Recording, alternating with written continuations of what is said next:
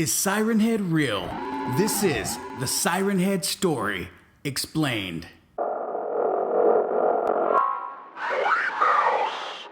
What's going down, Mouse Nation? And boy, do I have a creepy video subject for you.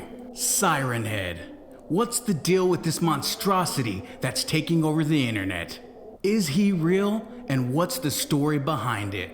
And before we get started, let us know in the comments below if you've heard of him. Siren Head is said to be a 40-foot tall humanoid monster, which is about the height of a telephone pole. It has a severely dried up and thin, mummified body.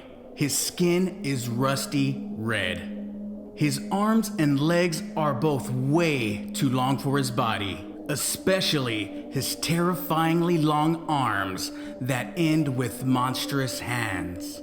These hands sprout long, thin, bony fingers as well. As for where his head and neck should be, there is a thin, flesh-covered pole with two sirens grown out of it with black wires tangled around its neck.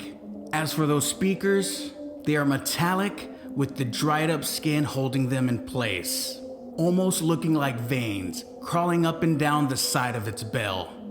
And a really weird thing, he has the ability to swivel his neck as an owl would. There are other versions of Siren Head as well that have lipless mouths with long snake-like tongues. And teeth can sometimes be seen depending on the frequency that the creature is making. Go see a dentist, dude. From its mouth, many types of sounds can be heard, from radio signals, emergency broadcasts, muffled and strange garbled music, or the scariest of them all, imitations of the voices of those closest to you. Only able to be differentiated by its distinct metallic and distortioned sound due to the lack of organic vocal cords. Now clearly he is terrifying, and it's easy to see why you wouldn't want to run into him in a dark place, or anywhere for that matter. But if you really want to avoid him, just steer clear of rural areas and especially the woods near them. He loves these places because he can blend in easily with trees and favoring victims that are lost travelers, hikers, and of course, children, as they're easier to trick than most adults.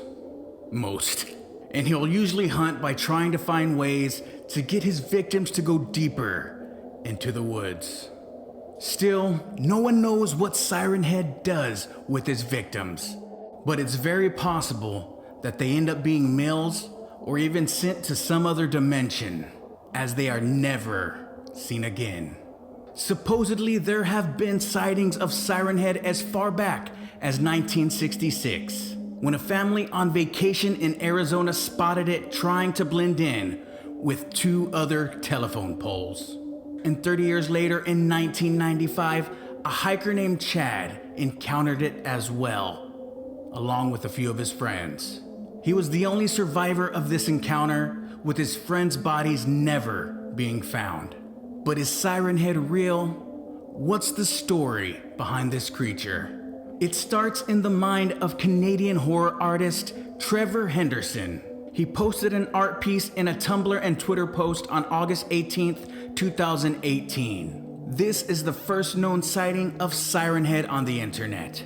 And Trevor has some amazing artwork, so make sure you go check it out. I'll leave the link to his art in the description below. From there, the creature gained popularity and even became the subject of an indie video game developed by Modus Interactive, published on October 31st, 2018. A year later, on December 7th, 2019, another video game would be uploaded by itch.io user Thulian Pantheon. Not sure if I'm saying that right.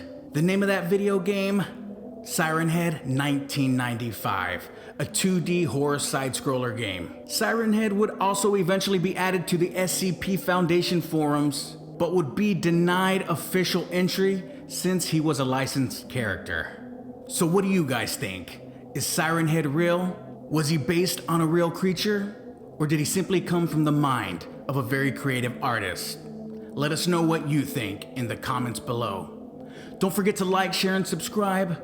As always, I'm your host, Morty Mouse. I'll see you later, or I'll see you on the other side.